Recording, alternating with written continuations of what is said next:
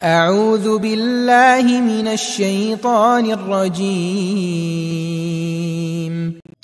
अस्सलाम वालेकुम students, welcome to this YouTube channel.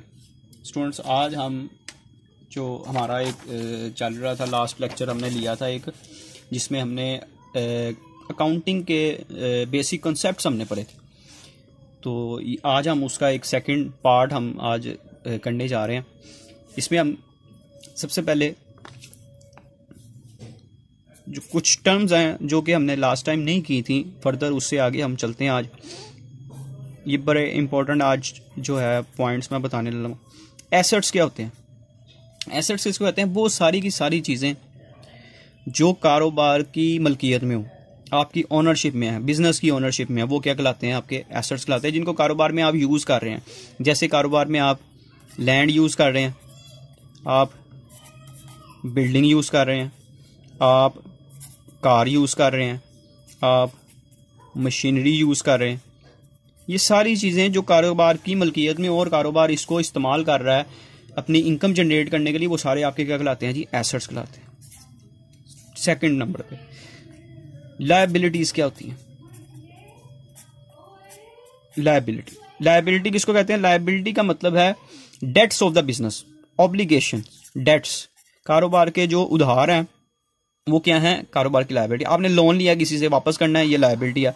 आपने क्रेडिट पर चीज़ें परचेज की हैं उधार पे, वो पैसे देने हैं उसके, आपने, वो भी आपकी लायबिलिटी है। आपने किसी से लोन लिया है, आपने उसके पैसे वापस करने हैं, लोन देना है, वो भी लायबिलिटी है। आपने रेंट पे करना था लास्ट मंथ का, वो पे नहीं किया, ये भी आपकी लायबिलिटी होगा।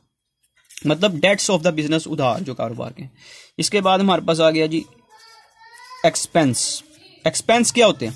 एक्सपेंस किसे कहते हैं? कारोबार पे अखराजात। यहाँ पे एक्सपेंस का मतलब दरअसल है कि चीज़ को बनाने पे जो आपके अखराजात आ रहे हैं।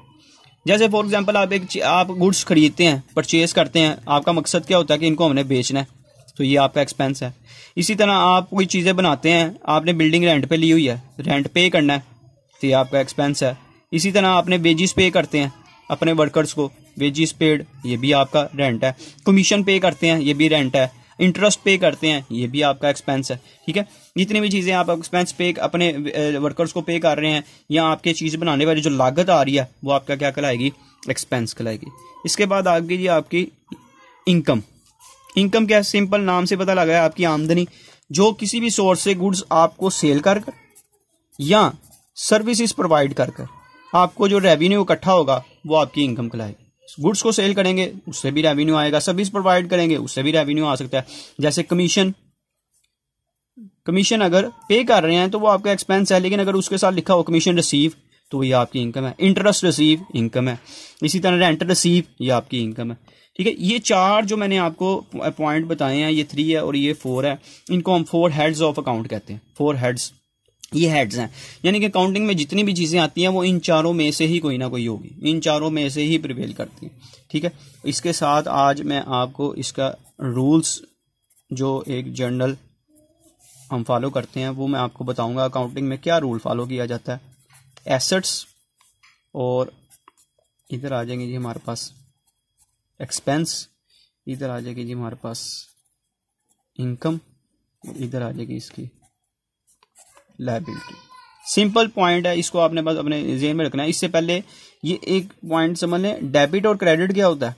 अगर कुछ बच्चों को नहीं पता डेबिट और क्रेडिट क्या होता है, तो डेबिट क्या है, इसकी कोई प्रॉपर डेफिनेशन नहीं आपको मिलेगी, लेकिन इसको हम इस तरह एक्सप्लेन कर सकते हैं कि left hand side of an account is called debit and right hand of an account is called credit. जैसे मैथ में प्लस माइनस मल्टीप्लिकेशन डिवीजन की जाती है, वो उसकी मेजरमेंट्स हैं, ठीक है, उसमें इस्तेमाल की जाती है। इसी तरह अकाउंटिंग में हम क्या करते हैं? डेबिट करते हैं और क्रेडिट किया जाता है। एसेट्स और एक्सपेंसेस में अगर इंक्रीज आता है तो इसको हम डेबिट करते हैं, और अगर इनमें डिक्रीज आता है तो इसको हम क्रेडिट करते हैं। इसके उल्ट इनकम में अगर इंक्रीज आता है तो इसको हम क्रेडिट करते हैं, और अगर इसमें डिक्रीज आता है तो इसको हम डेबिट करते हैं। एसेट्स में इंक्रीज का मतलब क्या है, ये भी समझ लें। एसेट्स में इंक्रीज का मतलब पहले आपके पास जो था एक बिल्डिंग थी, 2 हो गई, तो एसेट्स में इंक्रीज आ गया। आपके पास एक मशीनरी थी, 2 हो गई, तो ये इंक्रीज आ गया। आपके पास कैश मौजूद था, कैश भी एसेट होता है, एसेट्स कैश और आ गया, तो ये भी आपके एसेट में इंक्रीज आ गया। डिक्रीज क्या है, आपने कैश जा रहा है आपसे तो एसेट डिक्रीज हो रहा है। एक्सपेंस बढ़ने का मतलब क्या है, आपने गुड्स और खरीदी हैं, एक्सपेंस बढ़ रहा है। आपने रेंट पे कर दिया, एक्सपेंस बढ़ रहा है। वेजेस पे कर दिया, एक्सपेंस बढ़ रहा है। इसी तरह इनकम में इंक्रीज कैसे आएगा, आपने सेल की है, इनकम में इंक्रीज आ रहा है, और सेल करेंगे और इंक्रीज आएगा। इसी तरह आपने कमीशन रिसीव किया, इनकम बढ़ रही है। रेंट रिसीव किया, इंटरेस्ट रिसीव किया, इनकम बढ़ रही है। लायबिलिटी में इंक्रीज कैसे आएगा, आपने उधार पर चीजें खरीदी हैं तो लायबिलिटी बढ़ जाएगी। आपने लोन लिया है, लायबिलिटी बढ़ जाएगी। ठीक है, आपने रेंट पे नहीं किया तो भी लायबिलिटी बढ़ जाएगी। ठीक है जी, तो assets expense increase debit, decrease credit. Income and liability increase credit and decrease debit. लेकिन ये जो आज लास्ट टाइम कुछ मैंने 10-15 डेफिनेशंस टर्म्स आपको एक्सप्लेन की थी, कुछ ये 8 टर्म्स एक्सप्लेन किए। इसके साथ हमने अकाउंटिंग के रूल्स पढ़े हैं। चाहे आप ग्रेजुएशन कर रहे हैं, इंटर कर रहे हैं, बीकॉम आप मास्टर्स कर रहे हैं, ये रूल्स चेंज नहीं होते, इनको आपने अच्छे तरीके से याद रखना है। ठीक है जी, तो इंशाल्लाह उम्मीद है कि आपको ये वीडियो पसंद आई होगी। लेक्चर अगर इसमें कोई प्रॉब्लम आई है तो मुझे आप कमेंट सेक्शन में बताएं। कोई और टर्म इसके अलावा आपने पूछनी हो तो वो भी मुझे बताएं, वो भी मैं फिर आपको एक्सप्लेन कर दूंगा अगर कोई नहीं समझ लग रही है आपको इसके अलावा भी। तो अपने फ्रेंड्स के साथ इस वीडियो को शेयर करें, हमारे चैनल को सब्सक्राइब करें और बेल आइकन को क्लिक करें ताकि आने वाली तमाम वीडियोज़ के बारे में आपको नोटिफिकेशन मिल सके। तब तक के लिए अल्लाह हाफिज़।